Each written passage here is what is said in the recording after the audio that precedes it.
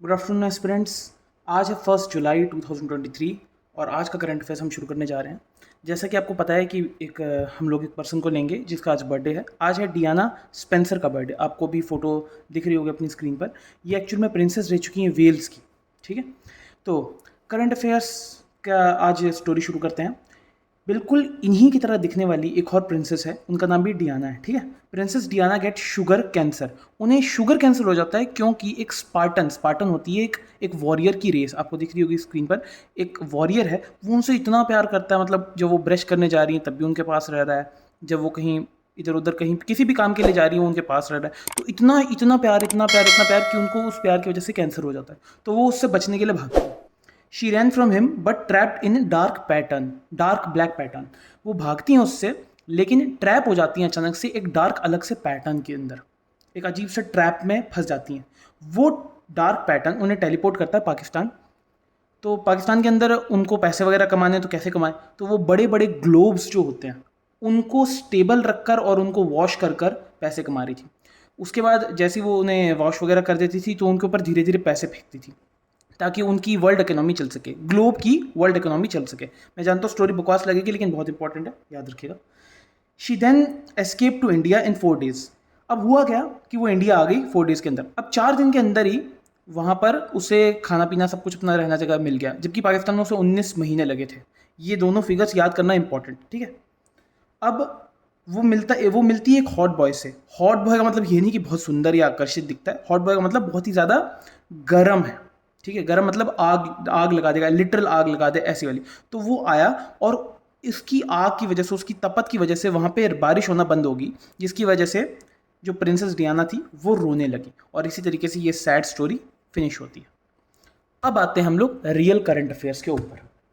आज का जो करंट अफेयर्स सबसे पहले हमें मिलता है एस्पर्टेम नाम का एक, यहाँ पर एक वायरस टाइप है हमारे शरीर के लिए। ऐसे तो ये केमिकल है, एस्पर्टेम वो केमिकल है जो हम लोग शुगर की जगह डालते हैं। ठीक है, फ्रांस की इसके ऊपर रिसर्च हो चुकी थी पिछले साल कि एस्पर्टेम जो केमिकल है इसका कोई प्रॉब्लम तो नहीं पड़ रही, इसकी वजह से कैंसर वगैरह तो नहीं हो रहा। फ्रांस ने पिछले साल इस चीज़ को शो किया था अपनी रिसर्च में कि इसकी वजह से कैंसर हो रहा है।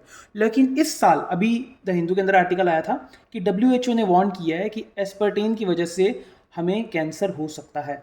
ये आर्टिफिशियल स्वीटनर है, लगभग 1980 से ये सारी की सारी जगहों में आ रहा है। अब देखो, आप लोगों ने बड़ी बार सुना होगा ना कि यार ये शुगर फ्री चीज़ है, ये शुगर फ्री चीज़ है, आपको हेल्थ की प्रॉब्लम नहीं होगी, बेनिफिट होगा। उस पर एक बार चेक कर लेना। यहाँ तक कि टूथपेस्ट के अंदर तक ये लोग एस्पर्टेम डालते हैं, जो कि अब धीरे से गवर्नमेंट बैन करने भी वाली है। तो उस चीज़ को देख लेना। और इनफैक्ट एक अलग से ऑर्गेनाइजेशन है, international agency for research on cancer. इस एजेंसी ने भी बोला है कि एस्पर्टेम की वजह से बहुत सारे लोगों की प्रॉब्लम होने वाली है, वो कैंसर के शिकार बनने वाले हैं। ठीक है, तो second, centre to issue norms against dark patterns in online advertisement. अब ये डार्क पैटर्न्स क्या होते हैं? देखो, समझ में आया ना आपको कि जो प्रिंसेस डियाना फंसी थी वो डार्क पैटर्न्स के अंदर फंसी थी। वो इस चीज़ से लिंक करके बोला था मैंने। अब डार्क पैटर्न्स होते क्या हैं? आप लोगों ने देखा होगा, आप लोग अमेजोन से या फ्लिपकार्ट से कुछ मंगाते हो या किसी भी बड़ी कंपनी से कुछ भी मंगाते हो, उसे कैंसिल करने में आपको बड़ी प्रॉब्लम होती है। ठीक है, आपने अमेजोन प्राइम का ले लिया। इनफैक्ट ये एक एग्जांपल भी है, जो अमेजोन था यूनियंस में, मतलब यूरोपियन यूनियन के अंदर, उसने अमेजोन प्राइम तो सब लोगों को दिलवा दिया, लेकिन अगर उसकी मेंबरशिप कैंसिल करनी थी तो लोगों को बहुत प्रॉब्लम हो रही थी, बहुत कंफ्यूज हो रही थी। तो यूरोपियन यूनियंस ने उसके ऊपर केस कर दिया कि नहीं, आपका अमेजोन हम लोग खत्म कर देंगे, ये वगैरह कर देंगे। तो उन लोगों ने उस चीज़ को काफ़ी ईजी बनाया बाकी लोगों के लिए कि ठीक है, अगर आप मेंबरशिप ले लेते हो तो उसे कैंसिल करना भी ईजी रखो। यहाँ तक कि हमारे इंडिया में ये डार्क पैटर्न बहुत ज़्यादा है। इंस्टाग्राम पे आप देख रहे होगे, बहुत सारे लोग स्पॉन्सर्ड वीडियो डालते हैं लेकिन बहुत ही छोटा डालते हैं, तो पता नहीं चलता हमें वो स्पॉन्सर्ड वीडियो है। हम लोग उसके झांसे में एक तरीके से आ जाते हैं। और हम लोग कई बार ये होता है कि 5% या 10% आपको डिस्काउंट मिलेगा और इसके बदले आपको अपनी ईमेल आईडी डालनी पड़ेगी। तो वो हम लोग ईमेल आईडी डाल देते हैं और उसके अंदर हमारा जो सारा डेटा है वो आगे वाले के पास चले जाता है। इनफैक्ट कुछ ऐसी कंपनीज़ भी हैं जो हमारा डेटा लेती हैं और दूसरी कंपनीज़ को बेच देती हैं। इसलिए आप लोगों ने कभी कभार सुना होगा कि आप कहीं पे जाते हो, अपना आईडी वगैरह देते हो और आपको कॉल्स वगैरह आना शुरू हो जाते हैं, स्पैम्स वगैरह आना शुरू हो जाते हैं। वो इन्हीं की वजह से होता है। वो सब कुछ डार्क पैटर्न के अंदर कंसिडर होता है। तो गवर्नमेंट ने अभी एक हेल्पलाइन नंबर दिया है 1915, इस पर आप कॉल कर सकते हो। कॉल करोगे तो आपको ये हेल्पलाइन आगे से पता चल जाएगा, हाँ भाई ठीक है, आप इस पर अपनी कंप्लेंट डाल सकते हो अगर कोई इन्फॉर्मेशन आपको ऐसी लगती है कि हाँ डार्क पैटर्न का इस्तेमाल हो रहा है। तीसरी इन्फॉर्मेशन जो आई है वो पाकिस्तान की तरफ से आई है। Pakistan gets a life line from IMF with a new 3 billion bail out to help avoid default. अब हुआ क्या, पाकिस्तान बहुत ज़्यादा घाटे में जा रहा है इकोनॉमिकली, ठीक है। तो IMF, इंटरनेशनल मॉनेटरी फंड ने इसकी हेल्प की, $3 बिलियन इसे देकर। अब यहाँ पे पाकिस्तान इंपॉर्टेंट नहीं है हमारे लिए, कभी था भी नहीं। हमारे लिए इंपॉर्टेंट है IMF, इंटरनेशनल मॉनेटरी फंड। हुआ क्या था कि जो वर्ल्ड वॉर 2 हुई थी उसके बाद WTO, World Bank organisation, World Bank और ये सारी की सारी ऑर्गेनाइजेशन बनाई गई और इंटरनेशनल मॉनेटरी फंड भी बनाया गया।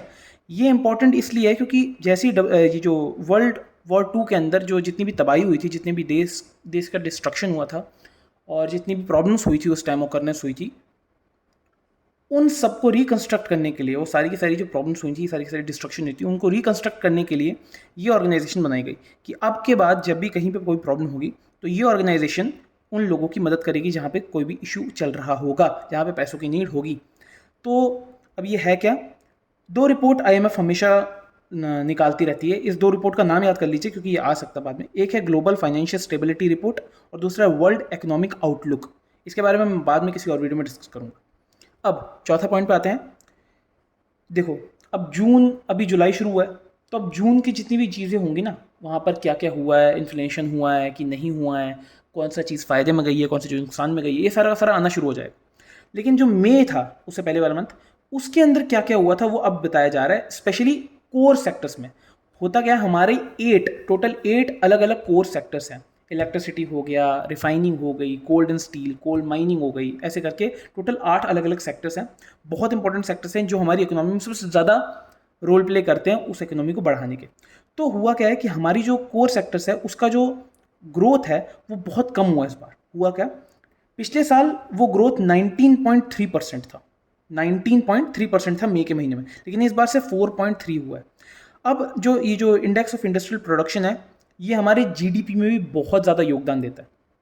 तो इसलिए ये हमारे लिए थोड़ा सा चिंता का विषय भी बन रहा है इकोनॉमिक के हिसाब से।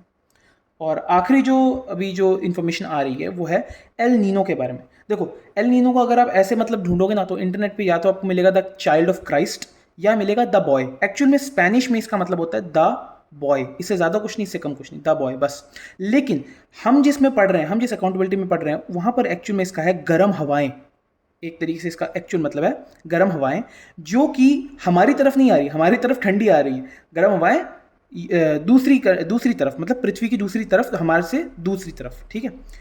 अब यहाँ पर है क्या, 2 कॉन्सेप्ट होते हैं, एल नीनो और ला नीना। उसके बारे में हम अलग से पढ़ेंगे, लेकिन अभी आप ये समझ लीजिए कि एल नीनो जो है वो हमारी गर्म हवाएं लाता है हमारे वातावरण में, जिसकी वजह से बारिश नहीं हो पाती, ठीक है।